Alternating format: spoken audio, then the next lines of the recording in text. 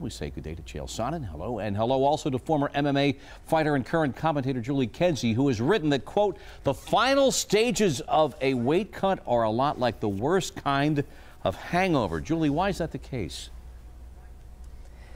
Well, your body is falling apart in a lot of ways, but I don't know that your body is falling apart so much that you feel that. When you're hungover, you're in a fog, your head hurts, your back hurts, and your brain just doesn't want to support everything that your body is still trying to do. So I do feel like, yes, being in the final stages of a weight cut is a lot like being hungover. It's a very difficult thing to put your body through. Cheal, when you're cutting weight, what sort of advice and oversight are you comfortable with?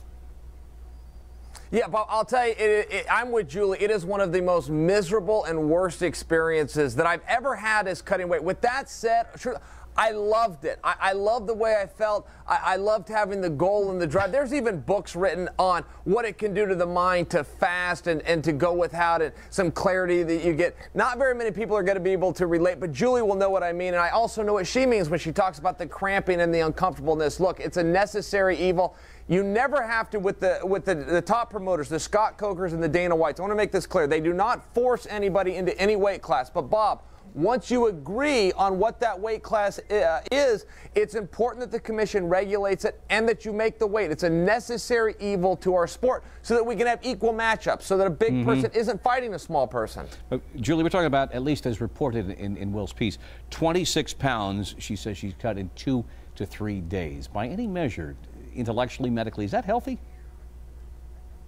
Well, I'm not a medical professional, but I can say that if I were to put my body through that, I would be extremely miserable. However, I have to go back to what Cheal said about it is something that you almost love to do as a professional.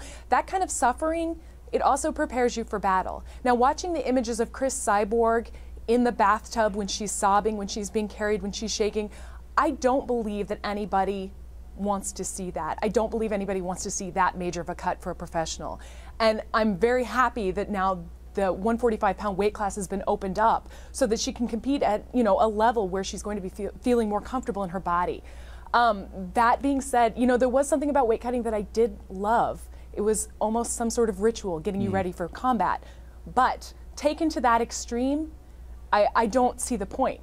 I just don't see the point of putting somebody through that. I do think regulation is incredibly important. Cheal, there are those that would say, regardless of whether it's 26 pounds or whatever you have to cut, that cutting, in fact, to the illogical one moment in time when you step on the scale, will still inhibit your performance, that you've cut so much. I know I get the mental focus part, but physically, you will inhibit your performance by doing such a large cut.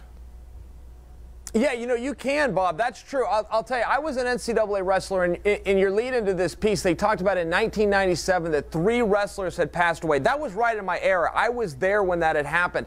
What the NCAA did to fix that is they made what's called a 1-hour weigh-in. What that means is you weigh in, and 1 hour later, you are on the mat competing. The theory in that, and it proved to be accurate in practice as well, was that you cannot dehydrate and then go out and compete. Now, in professional fighting, we do what's called a 24-hour weigh-in, meaning you weigh in and 24 hours later you're on the scale, which gives you an ability to rehydrate, get that meal, get a second meal, get a good night's sleep. That does change things, but to your point, I have heard many athletes complain that they're a little bit drawn down. Now, that's actually a positive in that it gets people to the right weight class. It's very important that people are professionals. These are consenting adults who we have to take them at their word. When they come to us and say, I can make this weight, I can make it successfully, and I can compete within the confines of the sport, we have to be able to trust them. That's just what adults do. When some people take it to the extremes, it's not great, and it's not great to see what happens with Cris Cyborg. Now, she is just simply, Bob, in my opinion,